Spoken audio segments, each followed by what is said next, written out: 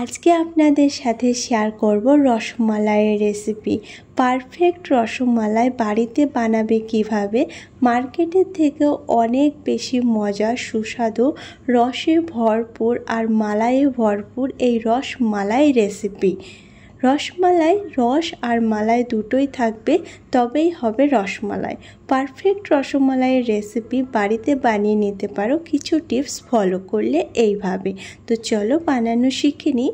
প্রথমে এখানে নিয়েছি 1/3 কাপ জল, আর এর সাথে এখানে দিয়ে দিচ্ছি 4 চামচ মতো ভিনিগার আর জলটা মিক্স করে সাইডে রেখে দেব। ছানা কাটাতে এটা ব্যবহার করব।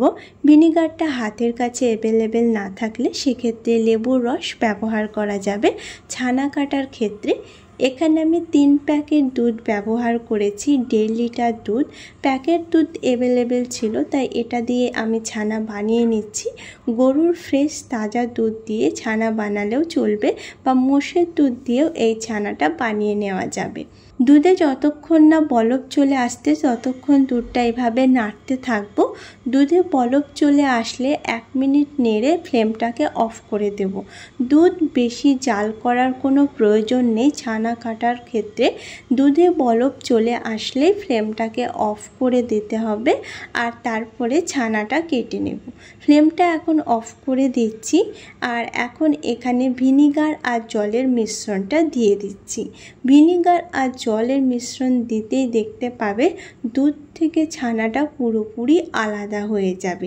ভিনিগার ডাইরেক্ট দুধে ইউজ করবে না, সেক্ষেত্রে একটা স্ট্রং ফ্লেভার চলে আসে আর ছানাটাও হার্ড হয়ে যায়। তাই ভিনিগারের সাথে অবশ্যই জল ব্যবহার করবে, বা লেবুর রস দিলেও লেবুর রসের সাথে একটু জল মিক্স করে দিলে সেক্ষেত্রে কি হয়, লেবুর রসের যে ফ্লেভারটা সেটা আসে না। ছানাটা একটা ছাঁকনিতে ছেঁকে নিয়েছি, আর এখন ঠান্ডা জল দিয়ে ধুয়ে নিচ্ছি।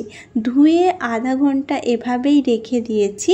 আধা ঘন্টা রেখে দিয়ে এখন ছানাটাকে একটা প্লেটে নিয়ে নিচ্ছি, বা সুতির কাপড় দিয়ে জলটা চিপে নিলেও হবে। আধা ঘন্টা রাখার প্রয়োজন হবে না তাহলে।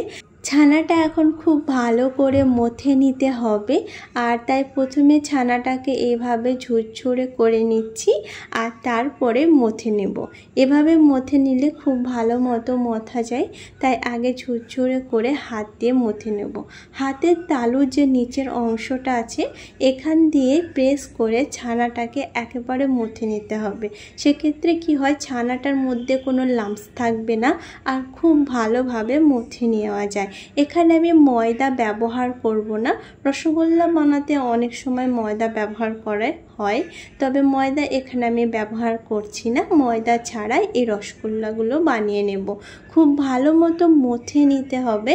ছানা থেকে দেখতে পাবে মথে নেওয়ার পরে একটা ক্রিমি ভাব চলে আসবে, আর তখন প্লেটে লেগে যাবে, ঘি বেরিয়ে আসবে ছানা থেকে, এরকম একটা ভাব হবে। আর তখন বুঝে নিতে হবে ছানাটা মথা হয়ে গেছে। ছানাটার মধ্যে কোনো রকম লাম্পস নেই, হাতটাকে ধুয়ে নিতে হবে, না হলে মিষ্টির শেপগুলো ভালো আসবে না। আর প্রথমে এরকমভাবে লিচি কেটে নিতে হবে। প্রথমে গোল গোল মিষ্টি বানিয়ে নেওয়ার দরকার নেই, প্রথমে লিচি কেটে নেবে সবগুলো, যতটুকু ছানা আছে, পরে গোল পাকিয়ে মিষ্টি বানিয়ে নেবে। এক্ষেত্রে মিষ্টির শেপগুলো ভালো আসবে, হাতে লেগে যাবে না বা এবড়ো খেবড়ো হবে না। লিচি কেটে নিয়ে তারপরে রসগোল্লাগুলো বানিয়ে নিতে হবে। এভাবে হালকা একটু প্রেস করলে রসগোল্লার বলসগুলো তৈরি হয়ে যাবে। ছানাটা খুব ভালো করে মথে নিতে হবে, না হলে রসগোল্লার বলসের মধ্যে ক্র্যাচ চলে আসবে, আর ভালো করে মথে না নিলে দেখতেও ভালো লাগবে না ক্র্যাচ চলে আসলে। চিনি সেরা বানাতে এখানে আমি 250 গ্রাম চিনি নিয়েছি। 250 গ্রাম চিনিতে এখানে 750 গ্রাম জল ব্যবহার করব, তাহলে চিনির যে শিরাটা হবে সেটা একেবারে পারফেক্ট হবে। মিষ্টিটা বেশি হার্ড হয়ে যাবে না, যেহেতু আবারও মিষ্টিটাকে মালাইয়ে অ্যাড করতে হবে। তাই এখন চিনির শিরাতে বলক চলে আসলে জাল করার আর কোনো প্রয়োজন নেই। বেশিক্ষণ ধরে শিরাটাকে ফ্লেমটাকে একেবারে হাই রেখে মিষ্টিগুলো এখন দিয়ে দিচ্ছি। ফ্লেমটাকে এই অবস্থায় পুরোপুরি হাই রাখবে আর ফুটন্ত এরকম শিরাতেই মিষ্টিগুলো দিয়ে দিতে হবে। প্রথম 5 মিনিট একেবারে হাই ফ্লেম রেখে দেবে আর মিষ্টিগুলো এই সময় একেবারে নাড়াচাড়া করবে না। মিষ্টিগুলো নাড়াচাড়া করলে পরে ক্র্যাশ চলে আসবে বা ফেটে যাবে, শেপটা খারাপ হয়ে যাবে। এরকমভাবে শিরা উপরে দিয়ে দিতে থাকতে পারো বা এরকম এমনিতেই কোনো কিছু না দিয়ে 5 মিনিট হাই ফ্লেমে একেবারে ছেড়ে দিতে হবে। এরকমভাবে উপর থেকে দিলে পারে উপর দিয়েও অনেকটা সিদ্ধ হয়ে যাবে। আর এখন 5 মিনিট হয়ে গেছে, ফ্লেমটাকে মিডিয়াম করেছি। 1 চামচ ময়দার সাথে একটু জল মিক্স করে দিয়ে দিয়েছি। সাধারণত মার্কেটে রসগোল্লা বানাতে রিঠা ব্যবহার করা হয় যাতে ঝাঁক আসে, আর এই ঝাঁকের জন্য এখানে আমি ময়দা দিয়েছি। প্রথমে 5 মিনিট হাই ফ্লেমে, এখন ঢাকনা বন্ধ করে আরও 5 মিনিট মিডিয়াম ফ্লেমে রেখে দেব। 5 মিনিট মিডিয়াম ফ্লেমে হয়ে গেলে এখন ফ্লেমটাকে একেবারে লো করেছি আর লো ফ্লেমে আরও 2 মিনিট রেখে দিচ্ছি। আর এখন ঢাকনাটা তুলে দেখিয়ে দিচ্ছি মিষ্টিগুলো পারফেক্টলি কুক হয়ে গেছে। এখানে টোটালি আমি 12 মিনিট মিষ্টিগুলোকে জাল করে নিচ্ছি। এখন 2 ঘন্টা পুরোপুরি ঢাকনা বন্ধ করে রেখে দিচ্ছি যাতে মিষ্টিটা পুরোপুরি ঠান্ডা হয়ে যায়। এখন মালাইটা বানিয়ে নিচ্ছি। আর মালাই বানাতে এখানে আমি নিয়ে নিয়েছি 1 লিটার দুধ।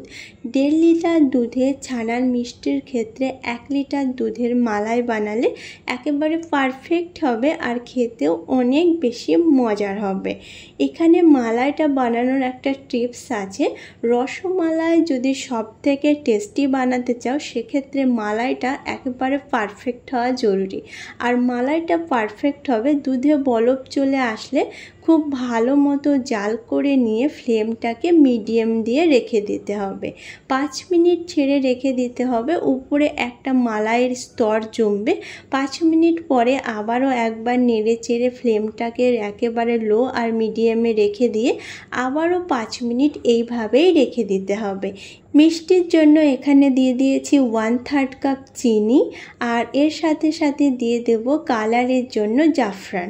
তাহলে রসমালাইয়ের কালারটাও খুব সুন্দর আসবে। আর দেখতে পাচ্ছ দুধটা এখন অনেকটাই গাঢ় হয়ে গেছে। আবারও লো ফ্লেমে 5 মিনিট রেখে দিয়েছি, উপর দিয়ে আবারও মালাই জমেছে। এইভাবে ধীরে ধীরে দুধটাকে গাঢ় করে নেবে। দুধটা গাঢ় হওয়ার সাথে সাথে দুধে মালাইও জমবে। মালাইটা এখন রেডি হয়ে গেছে। এর বেশি গাঢ় করলে মিষ্টির ভিতরে আর প্রবেশ করবে না।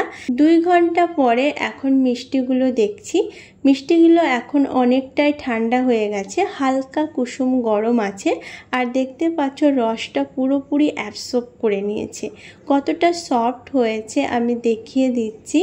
একেবারে স্পঞ্জি আর ভিতরে একেবারে জালিদার মিষ্টি রেডি হয়ে গেছে। রসগুলোকে চিপে চিপে এবার রসমালাইয়ে অ্যাড করব। এখন দেখিয়ে দিচ্ছি মিষ্টিগুলো কতটা পারফেক্ট হয়েছে। দেখতে পাচ্ছ কতটা সফট আর জালিদার। রসগুলোকে চিপে রসমালাইয়ে দিতে হবে যাতে রসমালাইটা মিষ্টির ভিতরে প্রবেশ করে। এখন নেড়ে চেড়ে এটাকে 4-5 ঘন্টা এইভাবে রেখে দেব। তাহলে রসমালাইটা পুরোপুরি মিষ্টির এতে অ্যাবসর্ব করে নেবে, কালারটাও চেঞ্জ হয়ে যাবে। উপর থেকে কিছু ড্রাই ফ্রুটস দিয়ে দেব যাতে দেখতেও ভালো লাগে। এখানে আমি বাদাম আর পিস্তা দিয়ে দিয়েছি। আর পুরোপুরি ঠান্ডা হয়ে গেলে এটার খেতে আরও বেশি মজার হয়। খুব সহজেই কিছু টিপস ফলো করলে মার্কেটের থেকেও অনেক বেশি অনেক মজার সফট রসলি আর জুসি রসমালাই বাড়িতে বানানো যায়। রসমালাই আমরা সবাই পছন্দ করে থাকি আর মার্কেট থেকে নিয়ে এসে এটা ট্রাই করা হয়। তবে এইভাবে একবার বাড়িতে বানিয়ে দেখো, আশা করছি সবার খুব ভালো লাগবে। আজকের রেসিপি যদি কোথাও ভালো লেগে থাকে অবশ্যই একটা লাইক করো। আর এরকম মজার ইজি রেসিপি দেখার জন্য আমার চ্যানেলকে সাবস্ক্রাইব করো।